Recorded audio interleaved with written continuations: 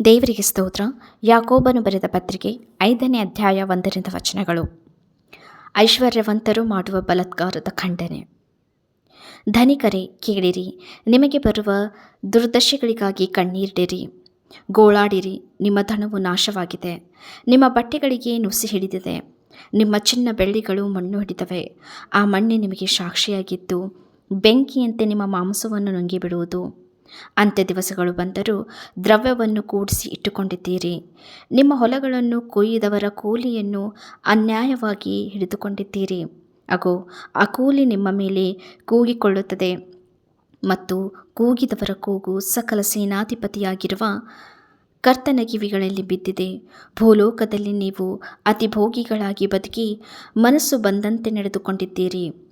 ವಧೆಯ ದಿವಸ ಬಂದರೂ ನಿಮ್ಮನ್ನು ಕೊಬ್ಬಿಸಿಕೊಂಡಿದ್ದೀರಿ.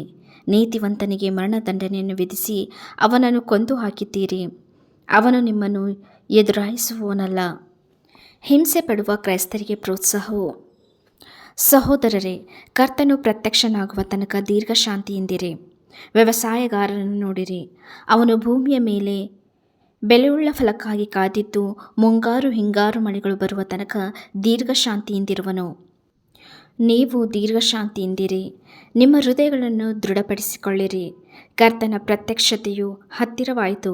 ಸಹೋದರರೇ, ನೀವು ಒಬ್ಬರ ಮೇಲೊಬ್ಬರು ಗುಣಗುಟ್ಟಬೇಡಿರಿ, ನ್ಯಾಯ ವಿಚಾರಣೆಗೆ ಗುರಿಯಾದಿರಿ.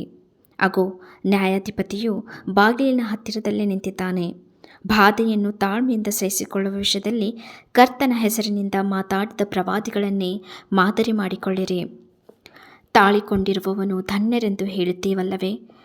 ನೀವು ಯೋಬನಲ್ಲಿದ್ದ ತಾಳ್ಮೆ ವಿಷಯವಾಗಿ ಕೇಳಿ, ಕರ್ತನು ಅವನಿಗೆ ಅಂತ್ಯದಲ್ಲಿ ಮಾಡಿದ್ದನ್ನು ನೋಡಿ, ಕರ್ತನು ಕರುಣಾಸಾಗರನೂ ದಯಾಳುವೂ ಆಗಿದ್ದಾನೆಂದು ತಿಳಿದಿದ್ದೀರಷ್ಟೆ. ಬೇರೆ ಬೇರೆ ವಿಷಯಗಳನ್ನು ಕುರಿತದ್ದು. ಮುಖ್ಯವಾಗಿ ನನ್ನ ಸಹೋದರರೇ, ಆಣೆ ಇಡಲೇಬೇಡಿರಿ. ಆಕಾಶದ ಮೇಲಾಗಲಿ ಭೂಮಿಯ ಮೇಲಾಗಲಿ ಇನ್ನಾತರ ಮೇಲಾಗಲಿ ಆಣೆ ಇಡಬೇಡಿರಿ. ಹೌದೆಂದು ಹೇಳಬೇಕಾದರೆ ಹೌದೆನ್ನಿರಿ, ಅಲ್ಲವೆನ್ನಬೇಕಾದರೆ ಅಲ್ಲವೆನ್ನಿರಿ.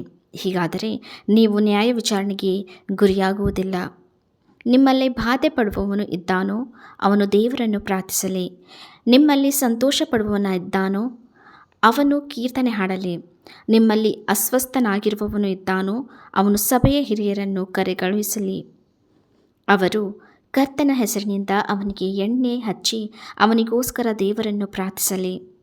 ನಂಬಿಕೆಯಿಂದ ಮಾಡಿದ ಪ್ರಾರ್ಥನೆಯು ರೋಗಿಯನ್ನು ರಕ್ಷಿಸುವುದು. ಕರ್ತನು ಅವನನ್ನು ಎಬ್ಬಿಸುವನು ಮತ್ತು ಪಾಪ ಮಾಡಿದವನಾಗಿದ್ದರೆ ಅದು ಪರಿಹಾರವಾಗುವುದು. ಹೀಗಿರಲು ನೀವು ಸ್ವಸ್ಥವಾಗಬೇಕಾದರೆ ನಿಮ್ಮ ಪಾಪಗಳನ್ನು ಒಬ್ಬರಿಗೊಬ್ಬರು ಅರಿಕೆ ಮಾಡಿ ಒಬ್ಬರಿಗೋಸ್ಕರ ಒಬ್ಬರು ದೇವರನ್ನು ಪ್ರಾರ್ಥಿಸಿರಿ. ನೀತಿವಂತನ ಅತ್ಯಾಶಕ್ತಿ ಉಳ್ಳ ವಿಜ್ಞಾಪನೆಯು ಬಹುಬಲವಾಗಿದೆ. ಎಲಿಯನು ನಮ್ಮಂಥ ಸ್ವಭಾವ ಉಳ್ಳವನಾಗಿದ್ದನು. ಅವನು ಮಳೆ ಬರಬಾರದೆಂದು ಬಹಳವಾಗಿ ಪ್ರಾರ್ಥಿಸಲು 3 ವರ್ಷ 6 ತಿಂಗಳವರೆಗೂ ಮಳೆ ಬೀಳಲಿಲ್ಲ. ತಿರುಗಿ ಅವನು ಪ್ರಾರ್ಥನೆ ಮಾಡಲು ಆಕಾಶವು ಮಳೆಗರೆಯಿತು, ಭೂಮಿಯು ಬೆಳೆಯಿತು. ನನ್ನ ಸಹೋದರರೇ, ನಿಮ್ಮಲ್ಲಿ ಒಬ್ಬನು ಸತ್ಯ ಮಾರ್ಗವನ್ನು ತಪ್ಪಿ ಹೋಗಿರಲಾಗಿ ಮತ್ತೊಬ್ಬನು ಅವನನ್ನು ಸನ್ಮಾರ್ಗಕ್ಕೆ ತಂದರೆ, ಒಬ್ಬ ಪಾಪಿಯನ್ನು ತಪ್ಪಾದ ಮಾರ್ಗದಿಂದ ತಿರುಗಿಸಿದವನು ಅವನ ಪ್ರಾಣವನ್ನು ಮರಣಕ್ಕೆ ತಪ್ಪಿಸಿ ಬಹು ಪಾಪಗಳನ್ನು ಮುಚ್ಚಿದವನಾದನೆಂದು ತಿಳಿದುಕೊಳ್ಳಿರಿ. ಈ ವಾಕ್ಯ ಭಾಗವು ಯಾಕೋಬನು ಬರೆದ ಪತ್ರಿಕೆ 5ನೇ ಅಧ್ಯಾಯ 1ರಿಂದ 20 ತನಕ ವಚನಗಳು.